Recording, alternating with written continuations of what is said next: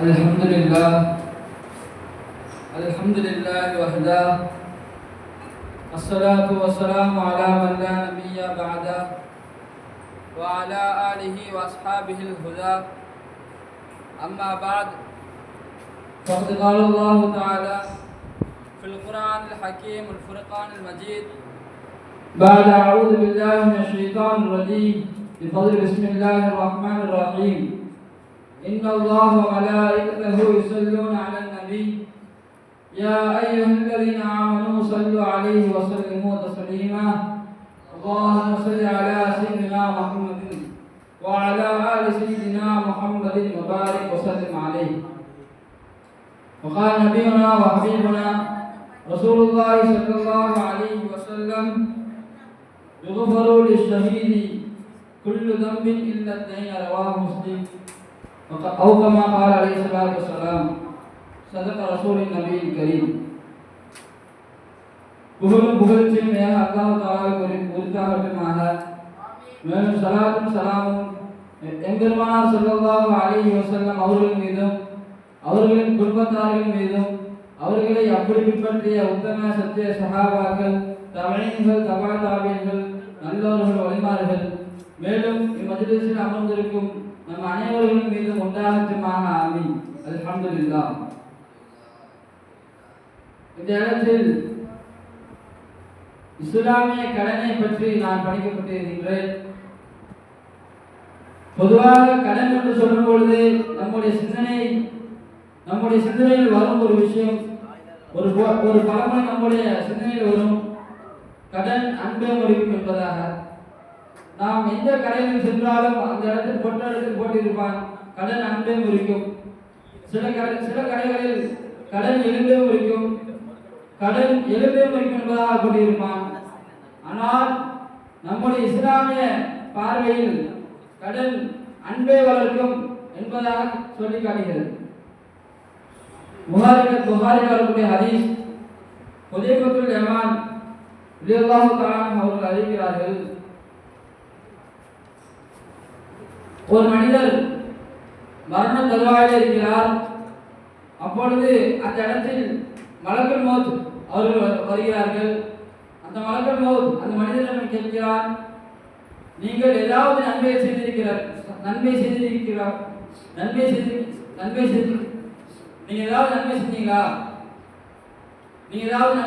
என்பதாக கேட்டாங்க இந்த வழக்குங்க.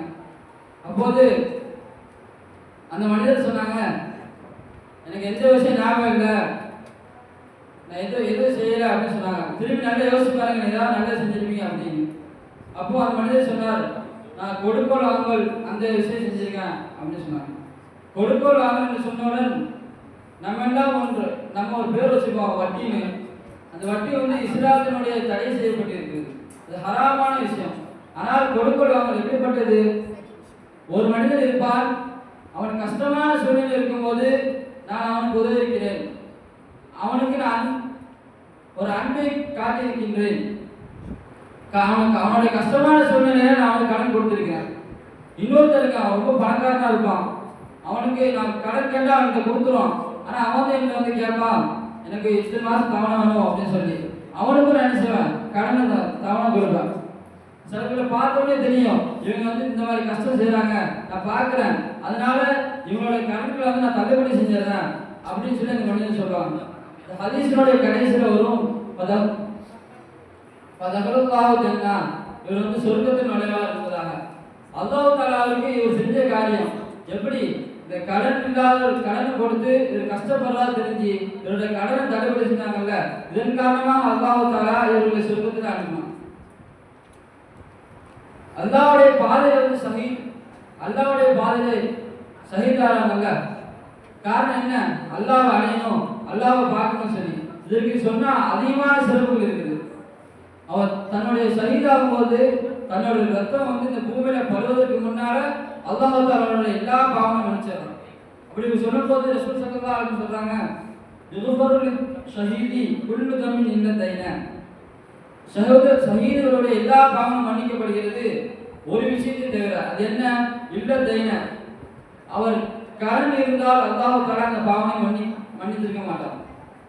அப்படி ஹதீஸ்ல வருது ரசூல் ஸல்லல்லாஹு அலைஹி வஸல்லம் அவங்க எல்லா ஜனாசாவுக்கும் அவர்கள் தான் தொழு வைப்பார்கள். அப்பொழுது ஒரு ஜனாசா வருகிறது. அந்த ஜனாசா ரசூல் ஸல்லல்லாஹு அலைஹி கேட்கிறாங்க, அந்த ஜனாசா கடன் வந்து வச்சிருக்கா இல்லையா கேட்கும்போது, அப்பொழுது இவர்கள் கடன் இருக்கு தெரிஞ்சோட அங்குள்ள சொந்த பந்தங்கள் அவங்கள நான் இந்த கடனை பொறுப்பேற்றுக்கிறேன்னு சொல்லி நீங்க தொழுவீங்க யாரை சொல்லுவா சொன்னா ரசூல் தொழுவிருக்காங்க. இன்னொரு நாள் ஒரு ஜனாசா வருது. ஆனா அவங்களுக்கு கடன் இருக்குது, ஆனா கொடுக்கதான் யாரும் இல்லை. அப்ப நான் இதுக்கு நான் தொழு வைக்க மாட்டேன்ப்பா, நீங்களே ஏதாவது செஞ்சீங்க அப்படின்னு ரசூலை சொல்லிக்கிறாங்க. பகிர்ந்து கதாதா அல்லாஹ் அவங்க வந்து இவருக்கு நான் பொறுப்பேற்றுக்கிறேன் யாரை சொல்லுவா, நீங்க தொழுவீங்க யாரை சொல்லுவா, இதற்காண்டி துவா செய்யுங்க என்பதாக கதாதா அல்லாஹ் அவங்க சொல்லுவாங்க. இது வந்து திருமீதி ஷரீஃபில் வரக்கூடிய ஹதீஸ். இது மட்டும் இல்லை, ஒருவன் கடன் வாங்குற போது அந்த வாங்கும் போது நான் இந்த கடனை கொடுத்து தீர்வேன் என்று நியத்துல அவன் வாங்கினான் அப்படின்னா அல்லாஹ் தஆலா அந்த கடனை அடையக்கூடிய பாக்கியத்தை கொடுத்துறான். அதே ஒருவன் நான் கடன் வாங்கும்போது நம்ம கடன் வாங்கும்போது நம்ம எப்படி அடைய வச்சான், நம்மளே அவனை வாங்கும்போது அடைய வைக்கணும்ல அப்படின்னு சொல்லி கொடுக்க மாட்டேன் என்ற எண்ணத்தோட கொடுத்தான்னு அந்த கடனை அல்லாஹ் அழிச்சிருவானா எப்படி, கடனை கொடுக்க முடியாத அளவுக்கு அவன் ஆக்கிடும். அவனோட அக்கௌண்ட்டுக்கு காசு நிறைய வரும், ஆனா இதற்கோ செலவுக்கு போயிடும், வீணா அவன் காரியங்களின் பக்கம் வரும், அவனால கொடுக்க முடியாது. அல்லாஹ் தஆலா அப்படிப்பட்ட இதாக அல்லாஹ் ஆக்கிறோம். கடைசி அவன் மரண தருவாயில மரணிக்கும் போது அவன் நரகத்துக்கு தான் போவான். ஆனா அல்லாஹ் தஆலா எல்லா பாவனையும் மன்னிச்சிடறான். ஆனா கடன் இருப்பவரை அல்லாஹ் தஆலா மன்னிப்பதே இல்லை. அது மட்டும் இல்ல, இந்த கடனை சொல்லும்போது கடனை பற்றி சொல்லும்போது பெருமானார் ஸல்லல்லாஹு அலைஹி வஸல்லம் அவங்க தன்னோட சஹாபாக்களுக்கு சொல்றாங்க, நீங்க ஒரு கடன் வாங்குறீங்களா அது நல்ல நியத்தோட நாங்க கொடுத்தே தீருவேன் அப்படி சொல்லி வாங்குங்க, அல்லாஹ் தஆலா அந்த கடனுக்கு பொறுப்பேற்பான் அப்படின்னு சொல்லி ஸல்லல்லாஹு அலைஹி வஸல்லம் அவங்க சொல்றாங்க. இது புகாரி முஸ்லிம் வரக்கூடிய ஹதீஸ். பனி இஸ்ரவேல்ல ஒரு மனிதன் இருந்தார். அந்த மனிதன் ஒரு மனிதனிடம் நான் இந்த மாதிரி ஊருக்கு போகணும், எனக்கு ஒரு 1000 திரகம் கொடுங்க அப்படின்னு சொல்லி கேட்பாங்க. அந்த மனிதனும் கொடுத்துருவில்லாப்பா அப்படின்னு சொல்லி நான் உண்மை கொடுத்துருவேன்னு சொல்லி அல்லாஹ்வே சத்தியமாக இந்த இதுக்கு சாட்சியாரு நான் அல்லாஹ்வே சத்தியமாக அப்படின்னு சொல்லிடுவாங்க. சரி அல்லாஹ்வே சத்தியம் பண்ணாரு அப்படின்னு சொல்லி 1000 திரகத்தையும் இந்த மனுஷன் வந்து கொடுத்துருவான். இந்த மனுஷன் இவர் வந்து கப்பல் ஏறி ஒரு ஊருக்கு போயிடுவாரு. அங்க போய் இந்த 1000 திரகத்தை வச்சு நல்லா சம்பாரிச்சு அதுல வர லாபத்தை வந்து இவருக்கு அனுப்பணும் பார்ப்பாரு. இன்னொரு ஒரு மாசம் முடிஞ்சிடும். அந்த கடன் எடுத்து அந்த இவருக்கு கொடுக்கணும்னு சொல்லி வருவாரு. வரும்போது அந்த ஊர்ல இருக்கிற கப்பல் வந்து மிஸ் ஆயிடும். ஏன்னா மாசத்துக்கு ஒரு கப்பல் தான் வரும், அந்த கப்பலில் தான் வர முடியும். அன்னைக்குன்னு பார்த்து அந்த கப்பல் மிஸ் ஆயிடும். நாளைக்கு அடுத்த நாள் காலையில் வந்து அந்த கடன் கொடுத்த மனிதர் வந்து நிற்பாரு இருக்க. இவர் ரொம்ப கவலையாயிடும், நம்ம அல்லாஹ் பண்ணா சாட்சி வச்சு வாழை கொடுத்துவேன் இப்படி ஏமாத்திடுவேன் அப்படின்னு சொல்லி. பின்னாடி இருந்து அவன் அல்லாஹ் பார்த்துப்பான்னு சொல்லி ஒரு மூங்கில் குச்சி எடுத்து அந்த மூங்கில் குச்சியில் வந்து எல்லா 1000 பொற்காசுகளையும் உள்ள போட்டு சிமெண்ட் போட்டு அடைச்சி பிஸ்மில்லா சொல்லி கடலை தூக்கி எரிஞ்சாங்க. அது இந்த கடலை மிதந்து ஒரு கடலோடைய ஓர பகுதியில் வந்து கிடக்குது. அதை பார்த்து கடலோட ஓர பகுதியில் கிடக்குது. அந்த மனிதரும் அல்லாஹ் பார்த்துமான்னு சொல்லி போயிடறாங்க நம்பிக்கையா. ஆனாலும் ஒரு கவலை இருக்கு, இந்த பொற்காசுல போயிருக்க வேண்டிய இடத்துல போகணும்னு சொல்லி பின்னாடி அந்த மூங்கில் கம்பு வந்து அந்த கடலை ஒதுங்குது. அப்போ அந்த கடனாளி கொடுத்த கடனாளி அவன் வந்து நிற்கும் போது என்னடா கப்பல் வரும் பஸ் கப்பல் வந்துச்சு, ஆனால் அந்த ஆள் வரவே இல்லையே அப்படின்னு சொல்லி ரொம்ப வருத்தப்பட்டான். நம்ம ஏமாளே இல்லமோ, இவனுக்கு போய் கடன் கொடுத்துட்டு அல்லாதான் சாட்சி வச்சாங்க, அவனை ஏமாத்தினா அவங்களுக்கு தெரியும் அப்படின்னு சொல்லி ரொம்ப கஷ்டப்படுறோம். பின்னாடி ஒரு மூங்கில் குச்சி வரும், அதை வந்து கீழே தட்டும் போது அந்த இது உடஞ்சிடும். உடஞ்சிதான் அது லட்டு இருக்கும். நான் ஒரு மாதம் முன்னாடி உங்களுக்கு வந்து 1000 பொற்காசுகள் வாங்கினேன், இப்போ நான் உங்களுக்கு மொழியெல்லாம் சொல்லி வரும். அப்போ அந்த மனிதன் ரொம்ப சந்தோஷப்படுவாரு. நம்ம ஒருத்தவங்களுக்கு ஏமாறல, நம்ம ஒருத்தவங்க நம்பிதான் கொடுத்துருக்கோம், அவன் நம்மளை ஏமாத்துன்னு சொல்லி ரொம்ப சந்தோஷப்படுவாரு. பின்னாடி அடுத்த ஒரு மாச காலத்துல இன்னொரு 1000 ரூபாய் ரெடி பண்ணி அவர் கப்பலில் ஏறி அவரோட வீட்டுக்கு வந்துடுறாரு. நான் உங்களுக்கு ஒரு 1000 பொற்காசுக்கு தரணும் அப்படின்னு சொல்லி. பின்னாடி அவங்களும் வந்து அந்த அந்த மனிதர் சொல்லுவார், நீ கொடுத்த காசு வந்து அல்லா என்ன கொடுத்துனாப்பா, ஒரு மாசம் முன்னாடியே கொடுத்துனான் அப்படின்னு சொல்லி சொல்லிடுவாரு. இது மட்டும் இல்லை, இந்த கடனை வந்து அல்லாஹ்வுக்காக கொண்டு வந்ததுக்கு காரணம், இப்போ கடன் இல்லாத நம்ம வட்டி போன்ற இதில் ஈடுபடுவோம், அறாமான விஷயங்களில் ஈடுபடுவோம். இந்த வட்டி போன்ற விஷயத்துக்கு காரணமாக பல குடும்பங்கள் சீரழிந்து வருகிறது, நஷ்டவாளியாக மாறுகிறது.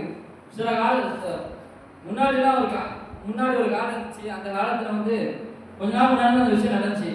ஒரு விவசாயி வந்து ரொம்ப கஷ்டத்தில் இருந்தார்.